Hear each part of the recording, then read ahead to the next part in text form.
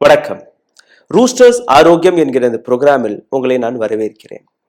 Doctor Ramanan, இவரை இதற்கு முன்பு நீங்க பார்த்திருப்பீர்கள். ஏராளமான கேள்விகள், ஏராளமான சந்தேகங்கள், ஹெல்த் ரிலேட்டட் விஷயங்களை நாங்கள் இந்த புரோகிராமில் அலசி ஆராய்ந்து அதற்கான விளக்கங்களை கொடுத்து வருகிறோம். இன்னைக்கு ரொம்ப ஒரு இன்ட்ரெஸ்டிங்கான ஒரு டாபிக், புத்தூர் கட்டு. இதை நம்பலாமா நம்பக்கூடாதா? மேஜர்ல நீங்க பார்த்தீர்கள்னா ஆந்திரா, கர்நாடகாவில் பிரபலமாக இருக்கக்கூடிய புத்தூர் கட்டு இப்ப 4 புறமும் தமிழ்நாட்டிலும் அதற்கான விங்ஸ் திறக்கப்பட்டிருக்கிறது. இதுல கிட்டத்தட்ட ஒரு 71% மக்கள் சாட்டிஸ்பாக்சன் லெவலில் எடுத்துக்காட்டினால் கூட ஏராளமான மக்கள் தவறான நபர்களை போய் சிக்கி தவறான முறையில் சிகிச்சைகளை பெற்று அது ஒரு பெரிய விளைவுகளை அவர்களுடைய வாழ்க்கையில் ஏற்படுத்தி கொண்டிருக்கிறது. புத்தூர் கட்டு எதற்காக மக்கள் போறார்கள்? சர்ஜரி தேவையில்லை, எக்ஸ்ரே தேவையில்லை, இதுல ஏராளமான பயன்கள் இருக்கிறது என்கிற ஏராளமான விஷயங்களை அவர்கள் எடுத்து வைக்கிறார்கள். புத்தூர் கட்டு அந்த மருத்துவமனைகள் எல்லாம் நீங்க பார்த்தீர்கள்னா பெரிய பெரிய போர்டெல்லாம் இருக்கும். ஆனால் இதுல இருக்கக்கூடிய ப்ரோஸ் ஒரு பக்கம் இருந்தால் கூட நீங்க சொன்னபடி படிக்கும்படி எக்ஸ்ரே தேவையில்லை, சர்ஜரி தேவையில்லை. ஆனால் அந்த சர்ஜரி இல்லாமல் அந்த எக்ஸ்ரே எடுக்காமலேயே ஒரு விஷயத்தை அவர்கள் செய்கிறார்கள் என்றால் அதில் ஒரு தவறு நடந்தால் எந்த விதமான விளைவுகள் ஏற்படும் என்று இன்னைக்கு நாம் பார்க்க போகிறோம். சார் வணக்கம். புத்தூர் கட்டு ரொம்பவே ஒரு சோஷியல் மீடியாவில் மற்ற இடங்களில் நீங்க பார்த்தீங்கன்னா மக்களுடைய நம்பிக்கை, ஒரு traditional method of bone and joint things. 100% cure ஆகுமா என்கிற ஒரு கேள்வியும் இங்க வருது. ஃபர்ஸ்ட் ஆஃப் ஆல், புத்தூர் கட்டை நீங்க ஆஸ் அ டாக்டர் எப்படி பாக்குறீங்க? ஆக்சுவலா நீங்க பாத்தீங்கன்னா couple of years back allopathic மெடிசனே புத்தூர் கட்டு தான் போட்டுட்டு இருந்தாங்க. பிகாஸ் வேற ஆப்ஷன்ஸ் அவங்களுக்கு கிடையாது. ஒரு போன் ஃப்ராக்சர் ஆயிடுச்சு அப்படின்னா the principle is to immobilize a joint. அதுக்கு இந்த போன் உடைஞ்சிருக்கு அப்படின்னா அதுக்கு மேல கீழே ஒரு ஜாயிண்ட் இம்மோபிலைஸ் பண்ணி they will immobilize the limb and keep. நம்ம பேசிக்கலி அது மறுபடியும் உடைச்சு மறுபடியும் கட்டுற மாதிரியா இல்ல அப்படியே ஜஸ்ட் இம்மோபிலைஸ் பண்ணிட்டு கையை. we believed that இந்த போன் வந்து தானா ஒரு 4 weeks 6 weeks டைம்ல அதுவே ஹீல் ஆயிடும். கட்டு மட்டும் போட்டு விட்டுருவாங்க. அதுக்கப்புறமா நம்ம கட்டை எடுத்துட்டோம் அப்படின்னா அந்த போன் ஹீல் ஆயிருந்திருக்கும் அப்படிங்கறது தான் மெடிசனும் நம்பிட்டு இருந்தது. ஆனா இப்ப வந்து advances have happened in the treatment. முன்னாடி காலத்துல surgery was not a very safe option, anaesthesia was not a very safe option. அப்போ வந்து வெறும் காஸ்ட் மட்டும் அப்ளை பண்ணி விட்டுட்டு இருந்தோம். But now medicine, surgery, anaesthesia become very very safe options. And வந்து புத்தூர் கட்டு இப்போ நம்ம காஸ்டே போட்டோம் அப்படின்னா கூட அந்த கையை வந்து 6 weeks to 3 months இம்மோபிலைஸ்டா வச்சிருக்கணும். ஸோ இதனால ஏற்படுற financial loss for the family, இதனால ஏற்படுற காம்ப்ளிகேஷன்ஸ் என்ன காம்ப்ளிகேஷன்ஸ் வரலாம் அப்படின்னா, எலும்பை வந்து நம்ம தப்பா வச்சு காஸ்ட் போட்டுட்டோம் அப்படின்னா அந்த ஃப்ராக்சர் வந்து மால் யூனியனுக்கு ஆயிடும். சார், அலோபதி மெடிசன்ல நீங்க பார்த்தீங்கன்னா அது காஸ்ட் 1 மாசம் 6 வாரங்கள் போடுறது சகஜம் தானே. ஸோ அதுக்கு இதுக்கு என்ன வித்தியாசம்? எந்த ஃப்ராக்சருக்கு சர்ஜரி தேவையில்லையோ அந்த ஃப்ராக்சருக்கு நம்ம வந்து கட்டு போடலாம். Or if it's a very distal fracture, கையில சின்ன விரல்ல இருக்க ஃப்ராக்சர், அதுக்கெல்லாம் நம்ம வந்து கட்டு போட்டு இம்மோபிலைஸ் பண்ணி வைக்கலாம். இப்போ major joints, hip fracture, shoulder fracture, இதுக்கெல்லாம் வந்து ஏர்லியா சர்ஜரி பண்ணிட்டோம் அப்படின்னா அவங்கள வந்து ரிஹாபிலிட்டேட் பண்றது ஈஸி. இப்போ ஹிப் ஃப்ராக்சர் ஆன ஒரு 80-year-old ஜென்டில்மேனுக்கு வந்து கட்டு போட்டு வச்சோம்னா அவர் வந்து 6 மாசம் பெட்லயே படுக்க வச்சிருக்கணும். அவர் அதனால வர காம்ப்ளிகேஷன்ஸ் வந்து ஏராளம் அவருக்கு. ஆனா சர்ஜரி பண்ணோம்னா அடுத்த நாள் அவர் எழுப்பி நடக்க வைக்க ஆரம்பிச்சிடலாம். நம்ம வந்து எப்பயுமே we tell movement is medicine. நம்ம எவ்வளவு நகர்ந்துட்டு இருக்கோமோ அவ்வளவு நம்ம உடம்புக்கு நல்லது. நம்ம படுத்த படுக்கையே ஆக ஆக we are going to acquire more diseases. So இந்த நேட்டிவ் ட்ரீட்மெண்ட்ஸ் வந்து it will help if surgery is not an option. இப்போ வந்து when surgery anesthesia become very safe, நம்ம அந்த ஆப்ஷன் எடுத்துக்கிட்டோம் அப்படின்னா அவங்களுக்கு ரிஹாபிலிட்டேட் பண்றதுலாம் ரொம்ப ஈஸியாயிடும். சார், இந்த இடத்துல இன்னொரு விஷயம் இருக்கு. பொருளாதார ரீதியாக கொஞ்சம் கஷ்டப்படக்கூடிய மக்கள் தான் புத்தூர் கட்டை நோக்கி போறாங்க. that is a very important thing. Because ஒரு பெரிய ஹாஸ்பிட்டலுக்கு போய் அந்த கட்டுகளை போட்டு அங்க வரக்கூடிய செலவுக்கும் புத்தூர் கட்டில் வரக்கூடிய செலவுக்கும் நீங்க பார்த்துருக்கீங்க கிட்டத்தட்ட 50-60% குறைவாக இல்லை அதுக்கும் கம்மியா இருக்கு. ஸோ அந்த மாதிரியான விஷயங்கள் நீங்க எப்படி பாக்குறீங்க? Because again it is about finances. இதை ரெண்டு ஆங்கிளில் பார்க்கலாம். ஒன்று, இப்போ எனக்கே ஃப்ராக்சர் ஆயிருக்கு, நான் வந்து புத்தூர் கட்டு போட்டுக்கிறேன் அப்படின்னா எனக்கு ஆகிற financial loss by way of loss of work and loss of earnings and amount of people needed to take care of me till that time இதெல்லாம் வந்து ஜாஸ்தியாக போகுது. ஸோ நீங்கள் அதையும் இதையும் கம்பேர் பண்ணி பார்த்தீங்கன்னா கிட்டத்தட்ட the finances will tally only. Long Ranil பார்த்தீங்க அப்படின்னா கண்டிப்பாக டெஃபினட்டாக அது இன்னுமே நம்ம வந்து எஃபெக்டிவாக ட்ரீட்மெண்ட் எடுத்து சீக்கிரமாக நம்ம நார்மல் லைஃபுக்கு போகிறது is going to benefit us. இல்லைன்னா என்னோட லாஸ் ஆஃப் ஒர்க்கு அந்த கேப் எடுத்துக்கிறது அது எல்லாமே எனக்கு வந்து ப்ராப்ளம் ஆகலாம். அது ஒரு ஆஸ்பெக்ட் ஆஃப் இந்த கேர்.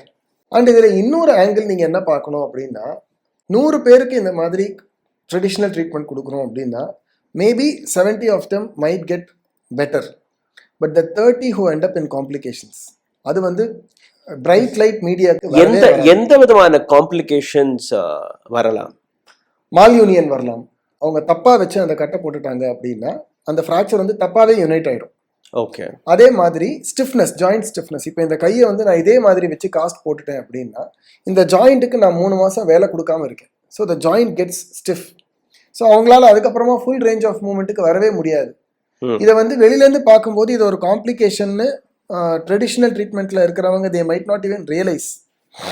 பட் வந்து சயின்டிஃபிக் ப்ராக்டிசஸ் ஆஃப் மெடிசன் நீங்கள் பார்த்தீங்க அப்படின்னா ஒரு ட்ரீட்மெண்ட் கொடுக்குறோம் அப்படின்னா அந்த ட்ரீட்மெண்ட்னால என்ன பெனிஃபிட் வருது, என்ன காம்ப்ளிகேஷன் வருதுங்கிறத டாக்குமெண்ட் பண்ணிகிட்டே இருப்பாங்க. ஈவன் இன் ட்ரெடிஷ்னல் ஸ்கூல்ஸ், சித்தாலையும் ஆகட்டும் ஆயுர்வேதாலையும் ஆகட்டும், ஈவன் இந்த மாதிரி ட்ரெடிஷ்னல் கட்டு போடுறவங்க கூட they have a list of complications which they document and keep. அந்த மாதிரி சென்டர்ஸ்க்கு நீங்கள் போனீங்கன்னா it might be effective. So picking up a centre is very important. Very very important இல்லையா? இப்போ இந்த இடத்துல இன்னொரு மித் இருக்கு.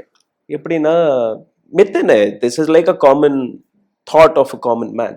சார் நீங்கள் சர்ஜரி சொன்னீங்க, சர்ஜரிக்கு ஒரு 3 லட்ச ரூபா ஆகும். ரெண்டாவது இவ்வளோ நீங்கள் கட் பண்ணி அதில் தையலெல்லாம் போடுவீங்க, அதெல்லாம் சரியாகிறதுக்கு ரொம்ப நாட்கள் ஆகும். இங்கே சர்ஜரியே கிடையாது, உள்ளுக்குள்ளேயே வச்சு அதை சேர்த்து கொடுத்துட்றாங்க. This is more easier for me. No, I might you know அந்த அந்த ஒரு சில மணி நேரத்துக்கு எனக்கு வலி அதிகமாக இருக்கும். பிகாஸ் புத்தூர் கட்டை பொறுத்தவரையில் அதை உடைச்சு மறுபடியும் அதை சேர்க்கக்கூடிய விஷயத்தை பார்க்குறாங்க.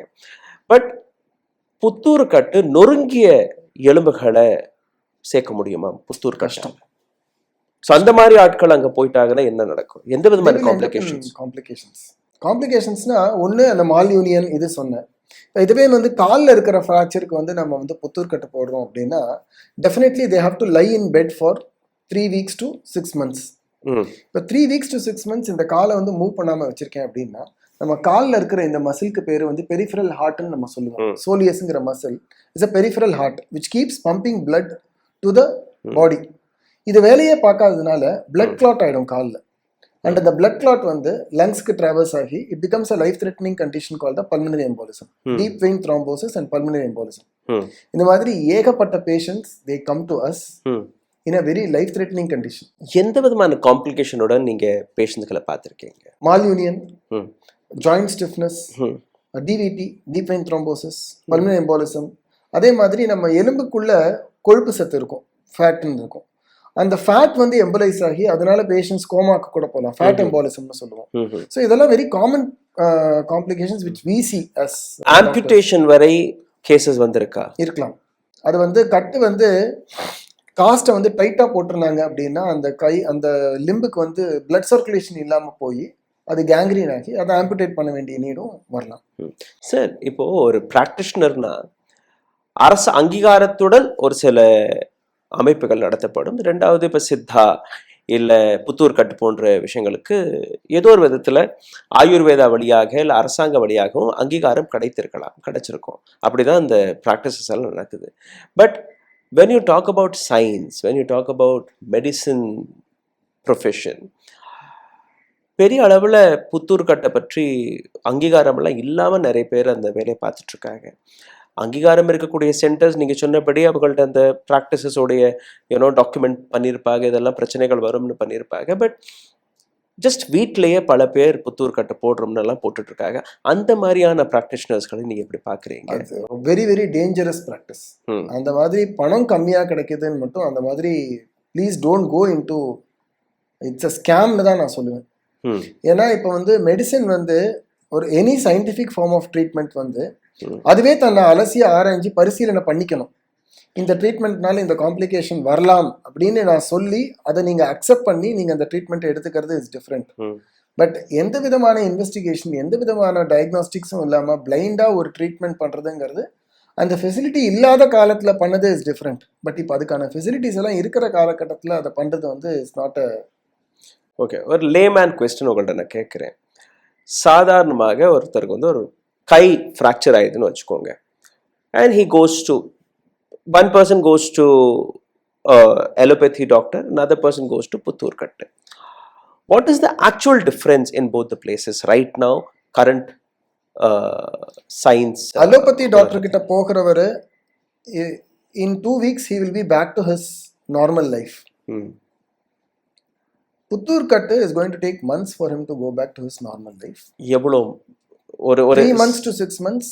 For many people, never also, because on the damage which is going to cause by malunion or stiffness is going to be there. Unless or until they go and get treated again by an allopathic practitioner, is not going to get corrected. Right. See, சில விஷயத்துக்கு surgery பண்ணித்தான் ஆகணும். இதுதான் ட்ரீட்மெண்ட்னா இதுதான் நம்ம பண்ணி ஆகணும்.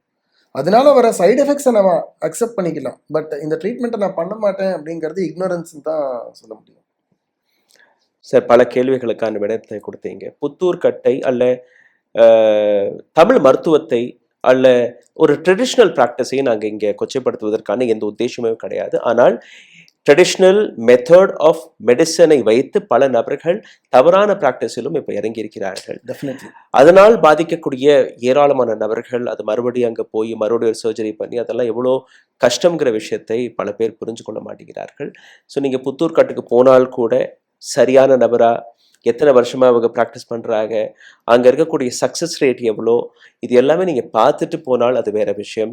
புத்தூர் கட்டினா எல்லாமே நல்லா இருக்கும், அங்கே ஈஸியாக இருக்கும் என்கிற ஒரு விஷயத்தை, பணம் கம்மியாக செலவாகும் என்கிற விஷயத்தை மட்டுமே நம்பி நீங்கள் போய் ரெண்டாவது பெரிய சர்ஜரி நடக்கும்போது, முக்கியமாக ராட் போடக்கூடிய ஸ்டேஜில் இருக்கும்போது இல்லை எலும்புகள் முறிஞ்சு போய் இருக்கக்கூடிய கண்டிஷனில் தயவு செய்து அங்கே போக தேவையில்லை. Because again you might end up with S. அடுத்த ஒரு நேர்காணலில் இதே போன்ற இன்னொரு இன்ட்ரெஸ்டிங்கான ஹெல்த் ரிலேட்டட் சப்ஜெக்டுடன் உங்களை நான் சந்திப்பேன். Thank you so much. நன்றி. தேங்க்யூ. ஊடகம் கார்ப்பரேட் அரசியல்வாதிகளின் கைப்பாவையாக அடிமைகளாக இருந்தது போதும், இனி சாட்டை எடுத்து சுழற்றும் நேரம் வந்துவிட்டது.